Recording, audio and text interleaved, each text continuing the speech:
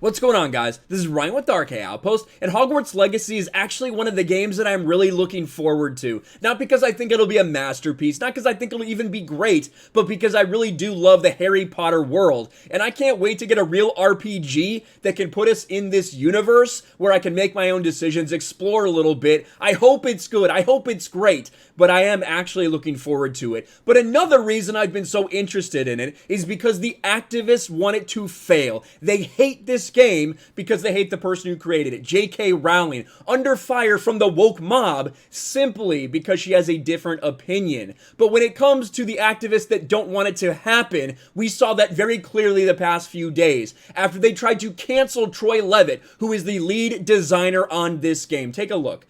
Hogwarts Legacy lead designer Troy Levitt under fire for formerly running Anti-Social Justice YouTube channel. Now, I made a video about this on the main channel. Some of you might be here because of that. When the past few days, we've had some more of the regulars, the usuals, come out and try to cancel this dude simply for having a different opinion. And I think that's what the craziest part about this entire situation is.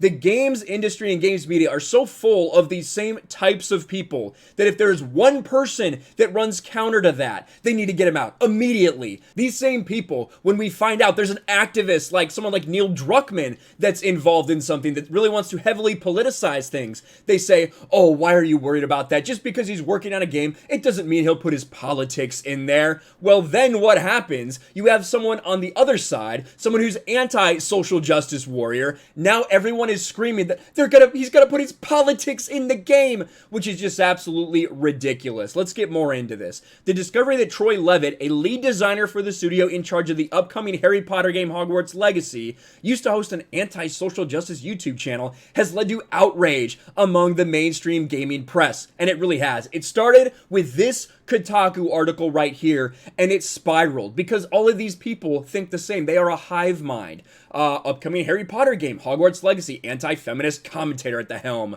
Over here on Daily Dot, same thing. GameSpot, same thing. VG247, same freaking thing. The headlines are almost exactly the same.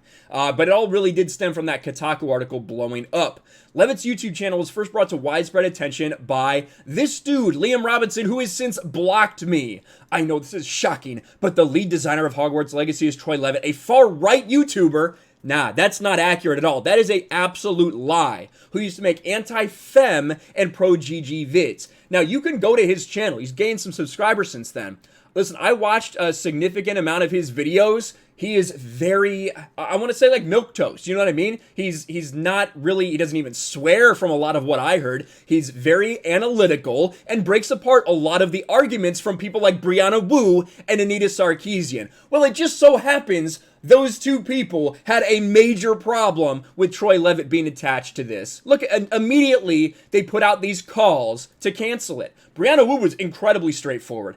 As someone targeted by this channel, you should not buy this game, period. Literally calling for the canceling of Hogwarts Legacy because this one person is attached to a game. Of hundreds of people working on this game, there is one person, Troy Levitt, who criticized you. And now, you know, you put out to your, how many followers do you have, Brianna Wu?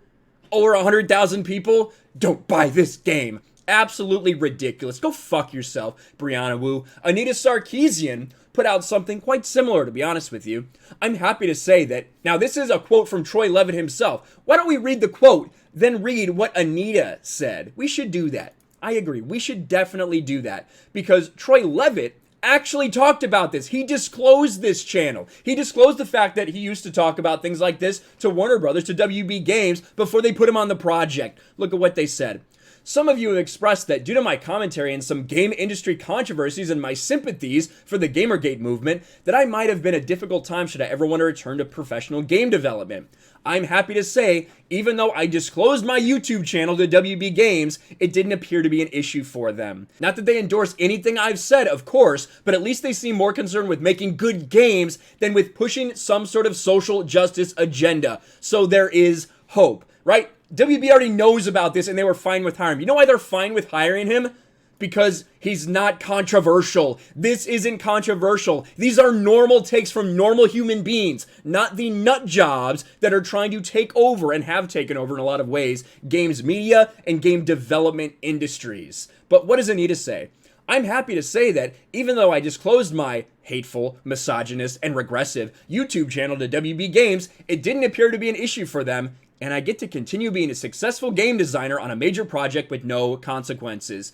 She wants him to be canceled. That's what this tweet says. This is trying to draw attention to her mob of freaking weirdos that she wants this man to be canceled. She wants him to face the consequences for criticizing Anita Sarkeesian.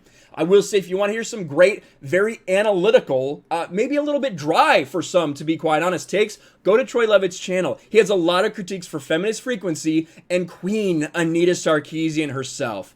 But it is just absolutely ridiculous that cancel culture is continuing to come for this guy simply because he's a centrist and says, you know what, maybe this crazy ideology shouldn't be infecting games. Maybe we should just focus on great stories. And that is just too toxic of a take for these people. Absolutely insane. What do you guys think about this story? Let me know in the comments below. First video on this new channel, RK Outpost Gaming. I plan to talk a lot more about these kind of issues in game development, as well as just more about games in general, because there's a couple stories out there. Might make another one today, and we'll definitely put up some gaming content of myself here as well. Let me know your thoughts about all this in the comments below. Smash a like button, subscribe to the channel, ring the bell for notifications, share this video out there, and I'll talk to you later. Thanks for watching, everyone, and a huge shout out to my patrons. I appreciate you guys so much. Want to follow me on Twitter or Instagram? Check out the description below. You'll find links to my PO box and my Patreon as well. And I'll talk to you guys later.